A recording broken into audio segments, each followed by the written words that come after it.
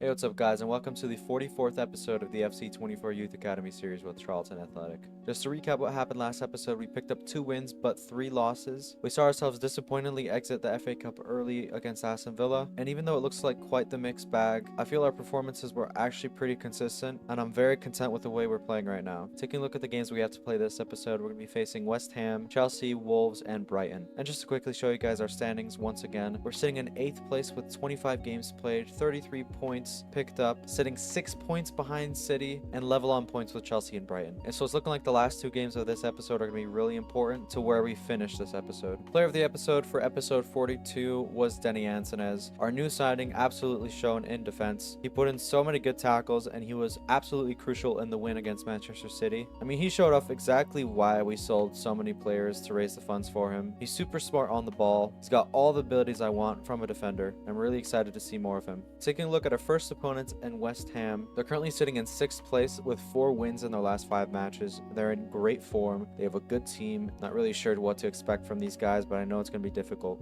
As for our starting 11, we've got Anyeni starting at striker. We have Andre at left wing and Ayala on the right. Legesse, Madigan, and Gilzine fill out the midfield, with Balkan, Antonez, Naholo, and Taverner as our defenders, with Anamdi as our keeper. Let's try to match the consistency of our results with the consistency of our performances. It's West Ham versus Charlton Athletic. Super important that we get away with this right now. We can rely on Jordan Balkan. That's really good from Saskar Naholo. West Ham are operating with a little more space than I'm comfortable with, and Anamdi's going to have to pull out a good save. Oh, that is so good. How do you stop that dribbling? I'm trying to predict where Mohamed Kudus is trying to go, but the multiple changes in direction are just impossible to keep track of. Yeah, take a look at that. I was just like, what do I do there? Bo Taverner is just absolutely clowned there by Mohamed Kudus, and that is a lead for West Ham.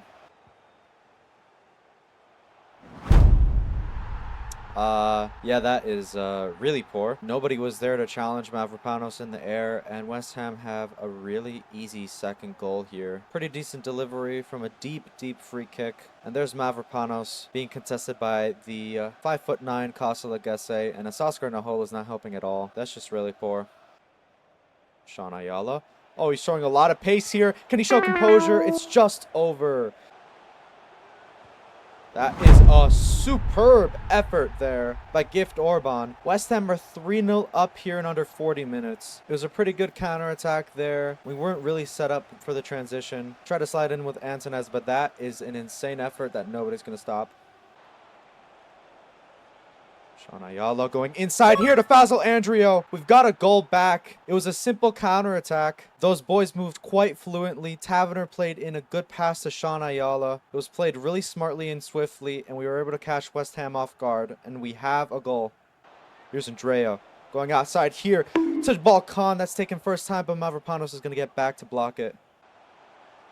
Ooh, that is really dangerous there. Anamdi's going to stop that, but it's going to be a corner. Out here to Abelard and Yeni. He's going to go inside. He's going to go for goal. That is so close. I wonder how close it actually is. It looked extremely marginal.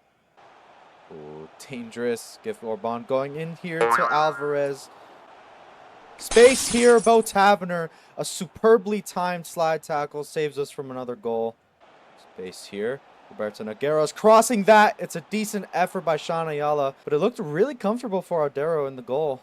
All right, that's the end of the full 90 minutes. It's a convincing victory for West Ham. The ending scoreline is 3-1. They started this game on absolute fire. We weren't prepared for this level of quality. And although we adjusted well and got a goal back, it just was not enough to cover the gap between these two teams. Are getting straight into the pre-match report for Chelsea. These guys only have 1 win in their last 5, and that came 5 games ago. They're not in the best of form. They're currently sitting in 11th place despite a decent squad. I really do think that we can get a result against these guys. All right, let's go over the changes that I've made to the starting 11. We've got Finn Geach and Thomas Briem coming into the midfield to replace Costa Legesse and Bobby Madigan. And in defense, we also have Jordan Balkan subbing out to be replaced by Jay Fabinyi at left back. All right, even though we lost that last game, I actually feel pretty good right now. Team just needs to click a little bit more. Our attack needs to be a little bit more potent as well. I think it could happen this game. It's Charlton Athletic versus Chelsea at the Valley. Superb tackle there by Raheem Sterling. No, this is a good chance opening up for Chelsea here. And that's a smart save by Issa Nandi. We've got to look to break now. Oh, it's a lot of space there for Iñaki Williams. Issa Namdi gets a hand to it, though.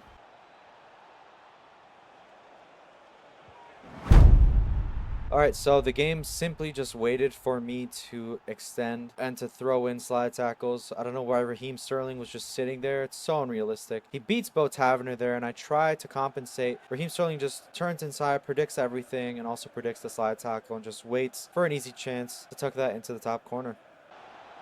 There you go. Sasko Naholo getting stuck in and getting that slide tackle in really well. That's too much space for them to operate in. I don't know what we're doing right now.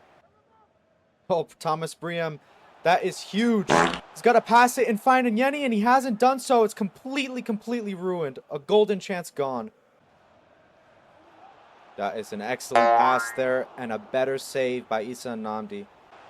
Oh, Gilzine out here to Sean Ayala, and that's a goal, an equalizer in the 82nd minute. We worked so hard for this. We worked the ball into the midfield. Lamar Gilzine somehow found Sean, and that is a good finish, an absolutely critical moment in this game. Yeah, the referee has called full time there. The game ends 1-1. The points are shared. It was kind of an intense game. Chelsea got a lead, but we never stopped plugging away, and we got our goal late in the game to share the points. Guys, take a look at this. We have an offer of 18.3 million from Bayern Munich for Naholo. This is getting more in the region of where I think to sell him, but he's so critical to our defense right now that I cannot entertain any offers right now. Alright guys, I'm pretty disappointed to report that we aren't able to sign any Puerto Rican players. These guys are just not good enough to join the squad, so we're gonna have to move on. Alright, now I've decided to send Ian Firth to Cameroon for any type of player. Alright, it's the third team we're facing this episode. Wolverhampton Wanderers sitting in 13th place. They won their last game, but they haven't won another one in their last 4 games before that. They do have a decent squad. I mean, they still have Pedro Neto. They also have a really good regen in Jonas Menezes, a Brazilian center back who's about 84 rated. As for the changes to the starting 11, we've got 3 to look at. Legesse, Madigan, and Balkan come into the team to replace Casa Legesse, Thomas Briem, and Jay Fabinho. Alright, thanks to heroic goal by Sean Ayala, we were able to rescue a point in that game against Chelsea, but I'm looking to start the game better in this game against Wolves. It's Wolverhampton Wanderers versus Charlton Athletic. This is a bit of space for Bobby Madigan to shoot, and Meslier has to save it. Huh? What? How's the ball, first of all, how's the ball ended up in Wolves' possession again? And second of all, is that actually a penalty? Oh, that's really soft. That's really soft. I'm going to the left. I'm definitely going to the left. And that's saved by Issa Namdi. It's out for a corner. Too much space here, but that is a superb tackle by Bobby Madigan to kill that shot. Wait, this is a lot of space for Sean Ayala. Has to go inside, but it's too late. He got too close to Meslier. Brilliant there by Danny Antonez.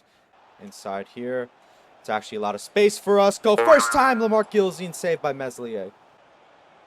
Actually, a lot of space here for Sean Ayala to shoot. The keeper saved it. Wait, space opening up for us here. Bobby Madigan, I'm going near post. It's just wide. Nope. There's Danny Antonez yet again. He's been really good all game. Needs to find space for himself or go inside here to Abelard and Nyeni. That's game changing. I mean, that is so poor. Beat his man. Abelard and Nyeni has some space, but it's blocked by Levi Colwill, who's having a stellar game. Alright, that's the end of the 90 minutes. One of the most chaotic 0-0s you'll see. Both teams had chances to score, but it was excellent defending on both ends to stop any goals from being conceded today. Alright, the final scouting report from Tanzania has yielded one player that we can possibly sign up. His potential 75 to 96, he's 6'4". He's got good shooting, passing, and dribbling. His physicals are not there, but that can be developed. He's only 16 years old. He's being labeled as a defender. We're definitely going to change his position and see where he actually fits. There's also an update from Ecuador, and there is one player to take a look at here. This guy has 76 to 96 potential. Looks to definitely be a winger. He's 16 years old. His overall is not bad, so we'll sign him up. And I've decided to send Jasper Payne to Panama for any type of player. Taking a look at our final opponents, we're going to be playing Brighton, who are in 9th place. They have 3 wins in their last 5 matches. It's not super consistent, though they do have some great players. If you take a look at the midfield, they have an English player named Frankie Usmaila. He's about 82 rated, I want to say. They also have Granger in the net, who's 83 rated. Really good regions there. As for the team, we've only made 1 change to the starting 11. We've got Finn Geach replacing Kosalik Esse in midfield. Alright guys, let's try to get a victory here. Keep dropping points, getting draws. Let's try to get all 3 points here. That's Charlton Athletic versus Brighton at the Valley. Really close to Nyeni. But here's Bobby Madigan. That's looping, but it's over. Dangerous delivery. We've smacked the bar. Sean Ayala with a first-time pass. It's out here to Jordan Balkan going in the middle. It's going to be first time for Bobby Madigan, and Granger saved it. Another delivery for Nyeni. That's wide this time. We're getting closer. Ayala into Nyeni here. Just has to be one man here and beat Granger for the goal. We're 1-0 up here in the 17th minute. We won the ball back. It was just a simple pass from Ayala in behind to Nyeni. The rest was up to the German, and he's dispatched it. Danny Antones having to keep up with Gusto there. Nabdi's going to collect it, though. Ooh, good play there.